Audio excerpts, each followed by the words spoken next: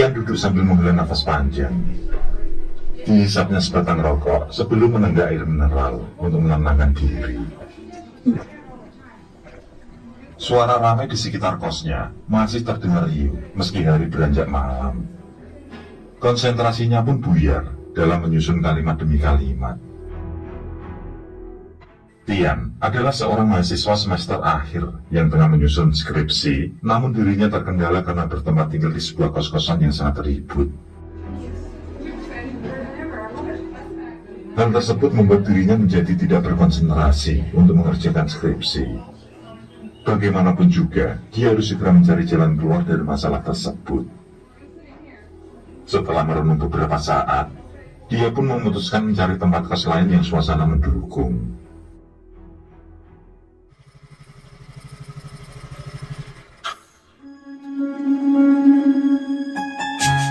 Keesokan harinya, Tian mencari informasi. Hingga pada akhirnya dia menemukan sebuah kos-kosan yang lumayan murah dan sepi. Tempat tersebut diisi oleh para pegawai yang sudah bekerja. Tentu sangat cocok bagi Tian yang butuh konsentrasi mengerjakan skripsi, karena pada saat pagi hari, penghuni kos-kosan berangkat kerja, dan malam harinya sudah tentu istirahat untuk tidur. Kos-kosan tersebut terdiri dari 2 lantai yang terdiri 18 kamar. Tapi di lantai 1 tidak ditempati karena selalu terkena banjir. Sedangkan di lantai 2 hanya berisi 5 kamar yang sudah terisi, termasuk kamarnya. Segera dia pindah ke sana dan mulai mengerjakan tugasnya. Tidak butuh lama baginya untuk mengenal penghuni kos lain. Dengan begitu dia merasa nyaman dan juga tidak ada yang perlu dikhawatirkan tentang barang-barang berharganya.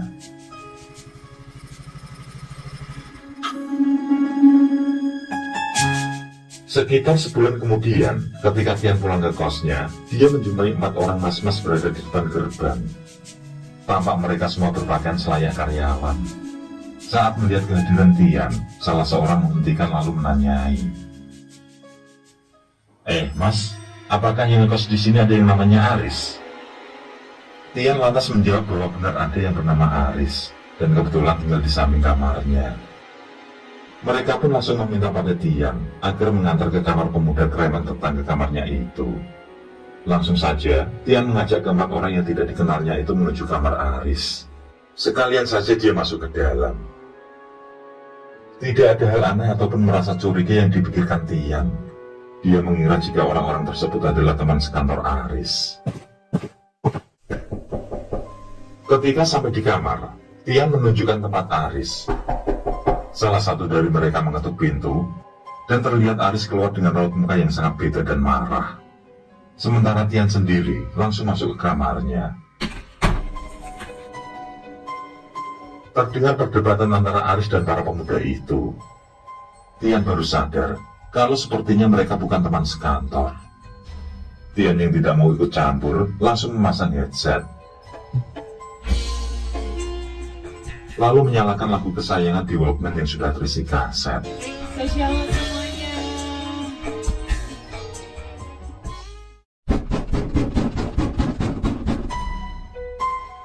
1 minggu kemudian, Tian dikagetkan dengan seseorang yang mengetuk-ngetuk pintu kamar Aris dengan sangat kuat sambil berteriak menyebut nama Aris.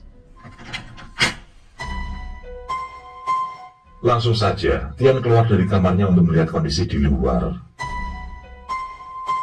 Ternyata ada 2 orang di depan kamar Aris, yang mana mereka adalah bagian dari sekelompok mas-mas yang pernah diantar ke kamarnya Aris waktu itu.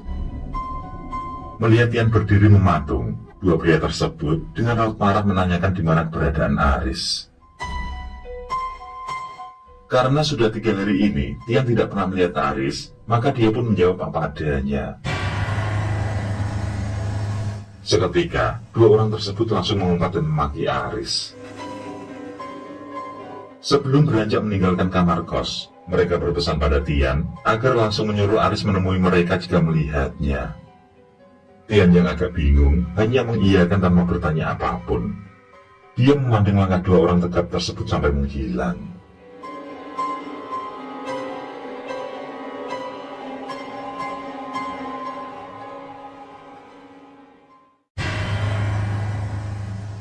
Saat Tian hendak beranjak masuk, kali ini giliran ibu kos yang datang mencari Aris. Dan tentu saja Tian yang menjadi pelampiasan amarah sang ibu kos, karena Aris sudah menunggak selama 3 bulan. Janji-janji saja tidak pernah ditepati. Ibu kos coba berteriak memanggil sambil menggedor pintu kamar Aris. Tapi tampaknya pemuda itu memang tidak ada di dalam.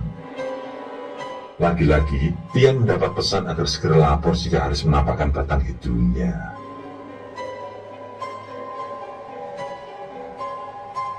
Tian masuk kamar sepeninggal ibu kos. Dia yang menenggak air mineral hampir saja tersedak saat mendengar suara sesuatu jatuh yang sangat kuat dan berat. Suara tersebut berasal dari kamar sebelah yang tidak lain adalah kamar Aris. Sejenak, Tian berpikir jika Aris mungkin sedang bersembunyi di dalam, tapi dia tidak mau ikut campur urusan kawan kosnya itu, sehingga membiarkan saja tanpa mencari tahu ke kamar Aris.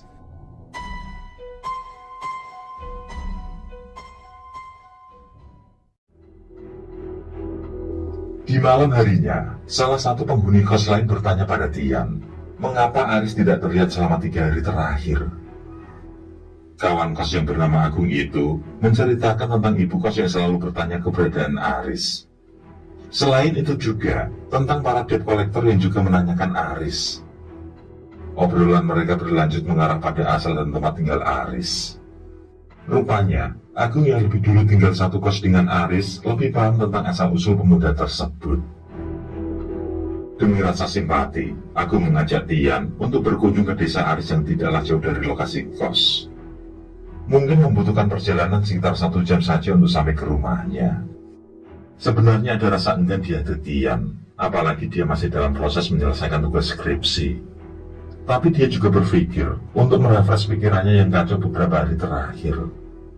Mungkin dia akan sedikit tenang dan lega jika menemani Agung sekalian jalan-jalan.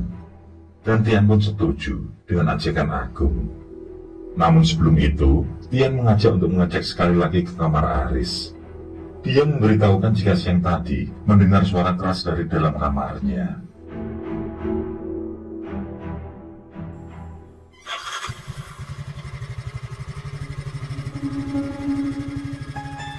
Sesuai rencana, di libur akhir pekan, berangkatlah Agung dan Tian dengan bersepeda motor. Mereka berangkat selepas asar, yang juga berencana akan jalan-jalan untuk bersantai dari kegiatan yang menguras tenaga serta pikiran. Tentu saja, tempat yang dituju sudah disepakati, juga tempat untuk menginap malam nanti. Sebenarnya Tian dan Agung, yang merupakan salah satu pegawai di sebuah perusahaan milik negara, belumlah terlalu akrab. Mereka hanya saling bertegur sapa saja, sangat jarang melakukan obrolan panjang.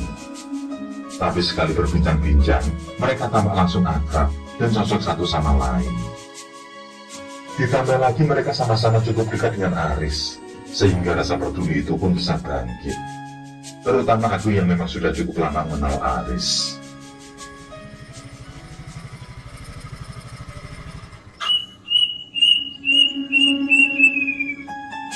Sekitar 1 jam, tibalah mereka di desa yang dituju. Setelah yakin tentang nama kampung serta RT RW, Agung bertanya pada salah satu warga di mana tempatnya rumah Aris. Di ujung kampung, Mas. Rumah limas dengan keramik dinding berwarna putih. Jawab warga yang ditanya, yang langsung tahu siapa Aris.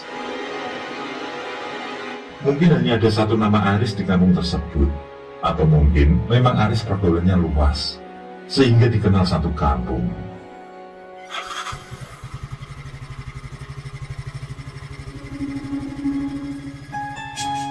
Setelah mengucap terima kasih, Agung kembali melajukan motor langsung menuju rumah Aris.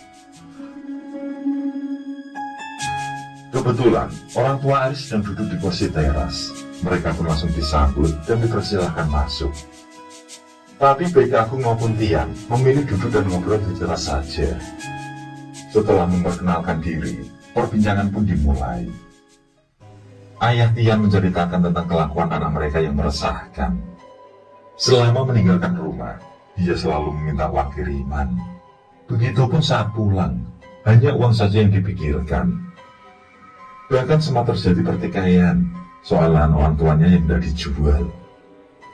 Semenjak kejadian sekitar 1,5 tahun yang lalu itu, membuat Aris tidak pernah pulang menengok orang tuanya meski di hari raya. Bukan itu saja, beberapa bulan terakhir, setidaknya sudah ada 4 orang yang datang ke rumah mencari Aris dengan tujuan menagih hutang. Jumlahnya pun cukup banyak. Mungkin saja Aris sengaja memberikan alamat aslinya untuk cari aman.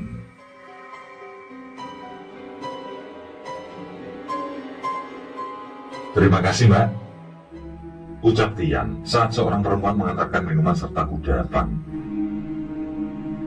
Untuk sejenak obrolan terhenti. Sementara itu, Ibu Aris lebih dulu menyeka air mata di pelupuk sebelum menetes membasahi pipi. Ada raut rindu dan kecemasan di wajahnya yang mulai keriput. Rasa rindu itu tampak pula di mimik sang ayah. Tian dan Agung tidak ingin membuat mereka terluka atas apa yang menimpa Aris. Mereka pun saling berbisik untuk tidak menceritakan tentang tunggakan kos dan para debt kolektor yang memburu Aris. Tapi pada akhirnya, mereka berkata jujur atas maksud kedatangan ke rumah Aris. Yang selain mencari keberadaan Aris karena selalu diburu penagih hutang, mereka juga merasa khawatir jika terjadi sesuatu. Tian, yang hendak meraih gelas teh mendadak dikejutkan dengan kemunculan Aris di luar pagar rumah, tepatnya di bawah pohon rindang pinggiran jalan. Saat tahu dia memandangnya, Aris langsung bersembunyi di sebalik pohon tersebut. Tanpa berpamitan ataupun memberitahu yang lain, Tian bangkit beranjak menuju lokasi Aris. Aku hanya memandangnya saja yang dianggap mau meludah. Di bawah pohon rindang tersebut, Tian celingukan mencari keberadaan Aris, tapi tidak ada siapapun. Dia yakin jika tidak salah lihat. Jelas sekali kalau jaket yang dikenakan adalah milik Aris. Kamu mencari siapa, Yan? Tanya Agung saat melihatnya kembali duduk dengan wajah bingung. Tian hanya menggeleng tanpa memberitahu kaum barunya itu. Setelah dirasa cukup mendapat penjelasan, mereka pun berpamitan. Sempat orang tua Aris menawarkan agar mereka menginap saja, tapi mereka menolak.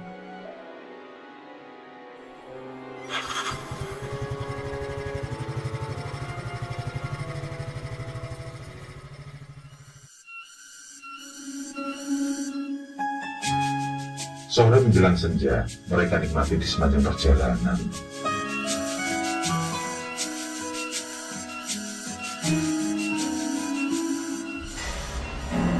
Ketika asik menikmati aroma pegunungan, Agung dikejutkan dengan tepukan Tian yang menyuruhnya berhenti.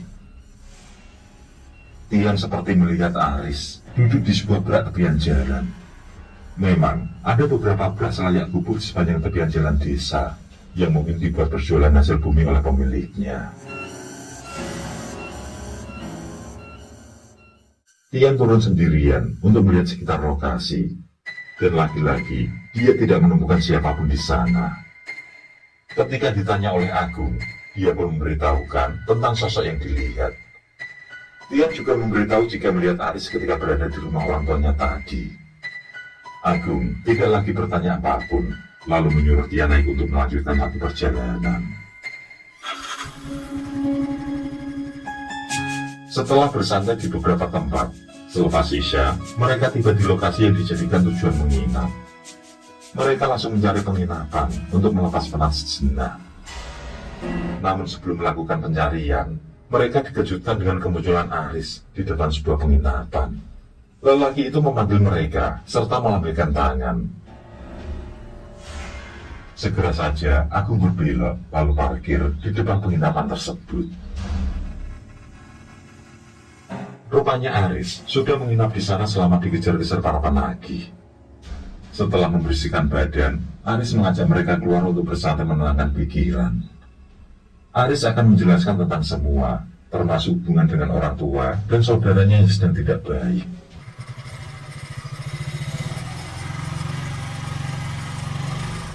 Dengan berboncengan 3, mereka pun keluar sesuai arahan Aris.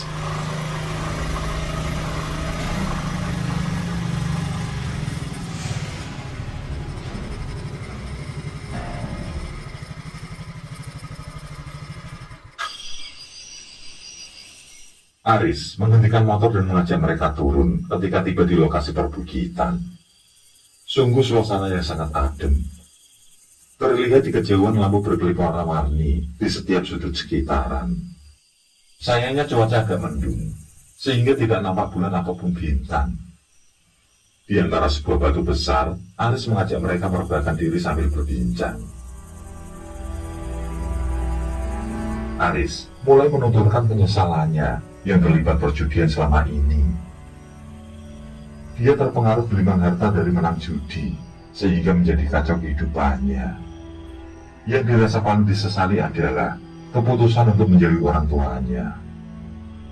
Dengan suara bergetar, dia meminta pada Agung dan Tian agar mau kembali ke orang tua bersamanya besok untuk menjadi saksi permintaan maaf. Selama ini, dia selalu dikejar rasa bersalah dan rasa rindu. Dia juga merasa tidak tenang dengan besaran hutang yang semakin hari kian menumpuk dan makin berlipat.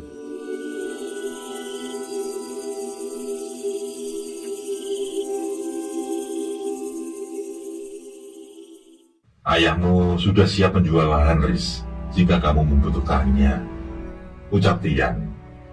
Tiba-tiba mendung semakin tebal. Disusul kabut mengaburkan kerlap-kelip lampu di kejauhan.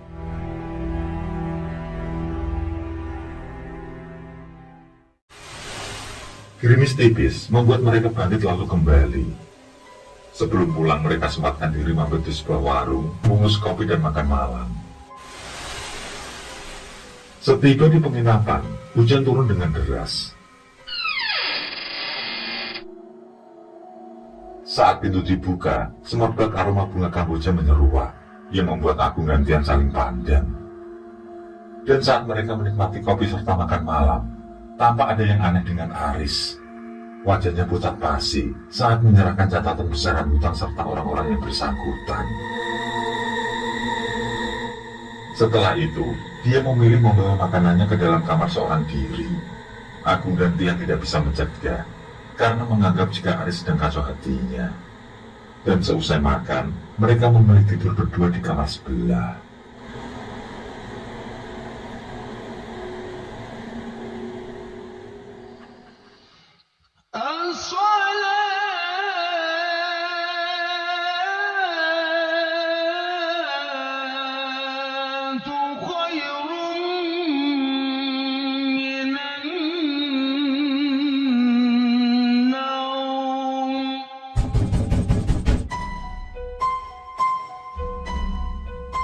Seiring azan subuh yang masih terdengar, Tian tersentak saat terdengar pintu digedor oleh seseorang sambil berteriak. Rupanya ada beberapa warga yang langsung menginterogasinya, karena penginapan tersebut sudah lama kosong. Warga khawatir jika dijadikan tempat mesum. Tapi saat mendengar cerita Tian dan Agung, mereka menjadi bergidik. Ditambah lagi saat kamar dicek, tidak ada Aris berada di dalam. Bukan hanya kamar yang dipenuhi sarang laba-laba, ruangan juga terlihat kotor, tidak terawat. Tian dan Agung semakin terkejut ketika sampai di kos. Keadaan dalam kondisi sangat ramai. Tampak pula beberapa anggota kepolisian berada di sana. Ternyata Aris telah bunuh diri dan jasadnya ditemukan di kamar. Aris gantung diri dengan kain sarung. Tian baru sadar bahwa suara keras yang didengar dari kamar Aris adalah jasad Aris yang terjatuh dari gantungan. Peristiwa di kos itu pun ditetapkan sebagai kasus murni bunuh diri. Setelah diperiksa sebagai saksi, Agung dan Tian kembali menemui orang tua Aris, tepat di malam ketiga dari kematian. Mereka menyerahkan catatan hutang piutang yang diberikan oleh Aris ketika berada di penginapan di malam misteri kala itu. Pada akhirnya, orang tua Aris menepati janji, yakni akan menjual lahan untuk melunasi semua hutang Aris. Dari kejadian tersebut, beberapa pos perjudian, terutama yang menyangkut terseretnya Aris, diamankan oleh pihak berwajib. Memang, judi adalah jurang curam yang membuat para pelakunya merugi di dunia dan di akhirat. Hanya dengan pergaulan yang cermat dan iman yang kuat, seseorang akan mampu menepis godaan perjudian dalam bentuk apapun.